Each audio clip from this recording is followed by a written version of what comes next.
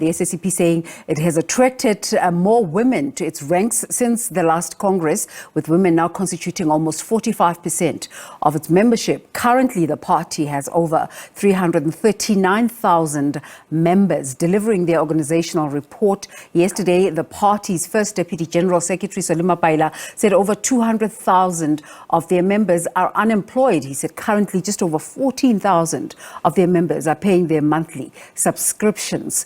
Well, to speak to us more about this, let's bring into the conversation Dr. Breakfast. Dr. Breakfast, good morning to you, and thank you so much for making the time to speak to us today.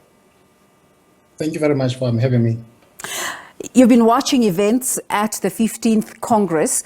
Yesterday, we saw the Young Communist League complaining about scheduling, that they have not been prioritized in terms of their turn to say their piece. But there's also issues, delegates complaining that the ANC president, Cyril Ramaphosa, is addressing the event after Dr. Blade Nzimande presented his summation of what the party is like as it stands now. What do you read from these scheduling complaints? Yeah, first of all, Desra, just to set the scene for the viewers, what brings together the SACP, COSATU, and the Communist Party is the NDR, which is the two-stage theory that there's got to be a time whereby the revolution is led by the bourgeoisie class, while at the same time the working class is made ready to take over. But there seems to be different understandings on how that agenda should be pursued. So at the moment, what we see is that there are a mixed bag of factors at play, because you must remember, in the build-up to the Nazareth conference, both the SACP alongside COSATU, they projected Ramaphosa as a person who was worker-friendly. And later on, I would argue that it turned out that he was business friendly. No wonder even in the beginning of the year, he said that the role of government is not to participate in the economy, but to take a back seat. So some people, I think, within the Communist Party might not be happy with his leadership at the moment. No wonder there have been people, as you mentioned earlier on, who have broken ranks, who are unhappy about the state of affairs. Let's talk about that disparity. The party saying it has 339,000 members. But only 14,000 of the members are paying members. That's worrying, isn't it? Yes, it is. First of all, let me acknowledge that there are strong points, that we can point out in the leadership of Blade Nzimande, as he will be stepping down, hopefully, in the sense that there has been, I would say, a substantial increase of people who have joined the Communist Party. Which is something that we can applaud. We can applaud him for that, for a good job, well done in terms of growing the party. On the other hand, the footprint of the Communist Party, in my view, in poor areas, in townships, is not felt or has not been expanded. And also the quality of members of the Communist Party in terms of their understanding of what the party stands for in terms of Marxism and Leninism. So those have been some of the weaknesses of his leadership. But of course, the issue of payment of membership is key. That's how, among other things, the party is able to raise funds. So you're speaking about the footprint of the SACP not being felt at the grassroots, just in terms of dealing with country issues. Do people know really what the ideology of the SACP is? Are they dealing with issues such as joblessness, such as crime in South African communities? Desra, the constituency of the Communist Party is very specific. The audience to which the Communist Party pitches its message is the working class, the class that sells its labor power to capital. So the thinking of the Communist Party is that the working class cannot exist outside the party, meaning that the party is the one that must provide an ideological and a strategic direction to the working class. So the issues that they normally grapple with, it's issues of poverty, unemployment, all those things that are affecting those who are on the margins of the economy. But the challenge is that because some of the leaders of the Communist Party are also part of government, I don't think that Blaine Nzimande and other people have made time to focus on those issues which are affecting the poorest of the poor on the ground. Hence, when conflicts break out, in townships, you don't see the Communist Party leading those struggles. It's normally, operations of Dudula and other civil society organizations that we see championing the struggles of poor people.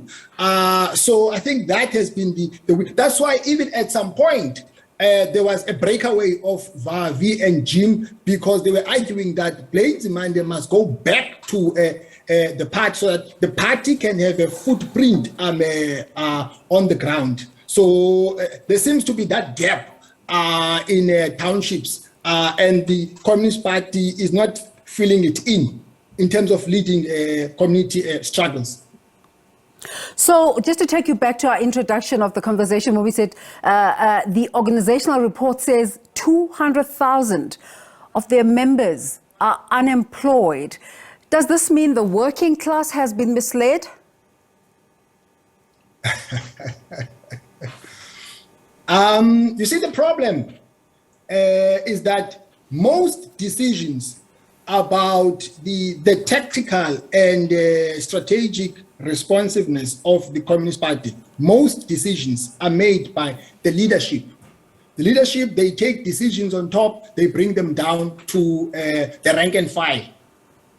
And then the rank and file is expected to close ranks and abide by those decisions. So Ramaphosa was projected as a person who was gravitating to the left, someone who's worker-friendly, maybe due to his background, but he's not, because we've seen, neoliberal policies being implemented, the partial privatization of SAA, and even some policies of government. I don't think that we've seen a gravitation to the left. So yes, I would argue and say the working class was misled, because he's not a leftist or someone who's worker-friendly. He's business-friendly. Again, I want to take you to the numbers. When we talk of, when the SACP brandishes a number of 339,000, just in terms of its membership, in a country of 60 million inhabitants, does that even make a dent? What does that say to the place of the SA Communist Party in South African society? I think the Communist Party does have a role to play in terms of changing the social order, or in terms of changing the relationship between the powerful and the powerless, or in terms of changing the social relations, because the means of production at the moment are in the hands of the bourgeoisie class, which is the capitalist class. But as I indicated earlier on, that what brings the Communist Party and the ANC and COSATU is the NDR. So the ANC has tried its level best in terms of rolling out these reforms, anti-poverty strategies, BBBE, pursuing the issue of Transformation Party, not much has been done in terms of responding to the plight of the working class.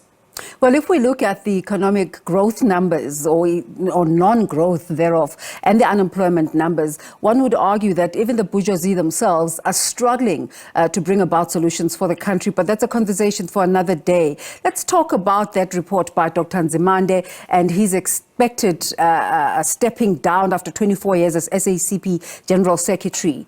Just give us your sense of his time at the helm. The Communist Party has been embroiled at some point in some of the factional battles of the ANC. And I think that's why, for instance, they say they don't agree with the characterization of the president of the so-called 9 wasted years. Because at some point, there was a time when they had grip over the presidency of Msholuzi. That's why, for instance, Desra, there was a slight change of the macroeconomic policy. From gear, we saw the new growth path, and then the National Planning Commission was set up. So those were some of the influences of the communists within the ANC. I would argue and say the new growth path was the brainchild of the Communist Party and COSATU. Mm-hmm. But at the same time, I think the fact that the economy has not been growing the way it should have, and the fact that we've got unemployment, poverty, they need to take that response because they are part of this government. Just a quick one.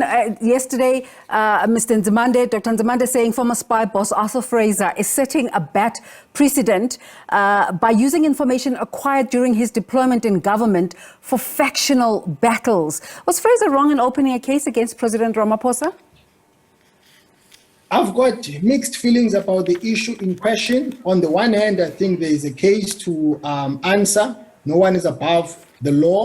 On the other hand, I agree with him that the rationale behind is not to wage a war on corruption, but is to dislodge the president from the helm of power. So this is part of the factional battles of the ANC, but I'm not saying that the president must not be answerable or accountable. Dr. Ntsikelelo Breakfast is a political analyst and talking to us about the 15th SACP Congress that's currently underway.